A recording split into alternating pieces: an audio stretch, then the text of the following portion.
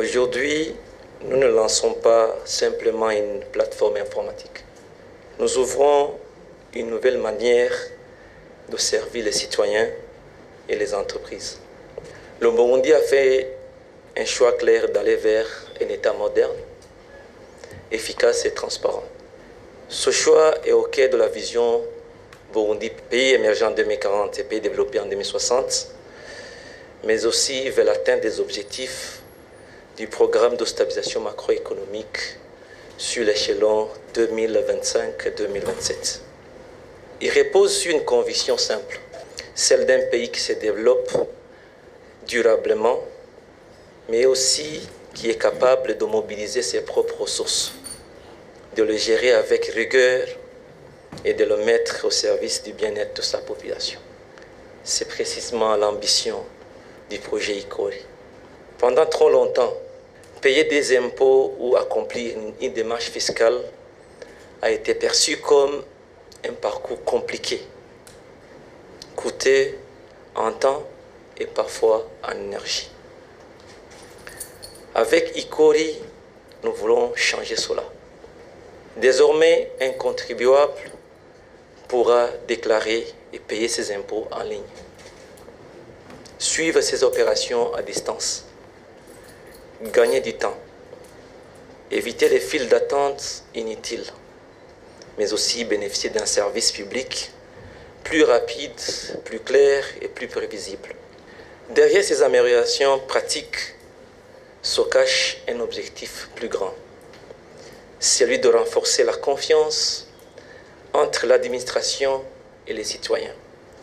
Car lorsque le système est simple, transparent et sécurisé, chacun comprend mieux ses obligations et accepte plus facilement d'y contribuer. Pour l'État, Ikori est également un outil stratégique, car il permettra d'améliorer la traçabilité des recettes publiques, de réduire les risques d'erreurs et de fraude, d'élargir l'assiette fiscale de manière juste et équitable et de mieux planifier l'action publique.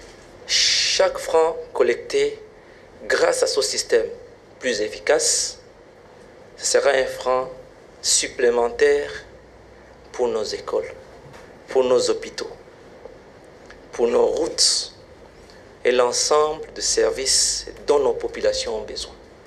Voilà le sens profond de cette réforme qui se manifeste à travers le nom même du ministère. On a essayé de tripler l'objectif de mobiliser les finances, de les gérer, mais aussi d'utiliser les technologies de l'information, de la communication comme un outil de transformation de notre système économique. Chers partenaires, la réussite de ce projet est le fruit d'un partenariat solide. Vous les voyez, la Banque mondiale, il y a le partenaire qui est ici, il y a le gouvernement. Je tiens à exprimer la profonde gratitude du gouvernement du Burundi à la Banque mondiale, dont l'appui technique et financier a été déterminant pour faire de cette vision une réalité. Je salue également le consortium Arabsoft Keystone, qui a mis son expertise au service de la conception et du déploiement de cette solution, ainsi que toutes les équipes de l'Office burundais des recettes et du ministère qui ont travaillé sans relâche pour arriver à cette étape. Ce projet démontre qu'en unissant nos efforts, en combinant la volonté politique, compétences techniques et soutien des partenaires, nous pouvons transformer concrètement notre administration. La transformation numérique n'est pas une option. Elle est une nécessité, mais aussi une obligation. On n'a pas d'autre choix. On doit intégrer la digitalisation dans nos processus de fonctionnement. Elle est le chemin qui nous permettra de bâtir une administration plus moderne, une économie plus dynamique et un État plus proche de ses citoyens. J'espère que ce système sera déployé jusqu'au plus profond de notre société. Le lancement d'Ikori n'est pas donc une fin en soi, comme l'a déjà souligné le commissaire général de l'OBER.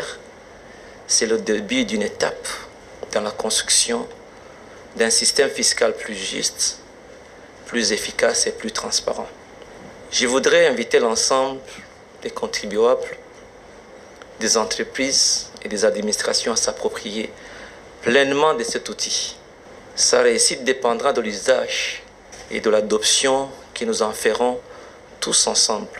Je réaffirme l'engagement total du gouvernement à poursuivre les réformes engagées avec rigueur, méthode et responsabilité pour que chaque innovation comme Icori contribue à rapprocher un peu plus le Burundi de ses grandes ambitions. Je vous remercie.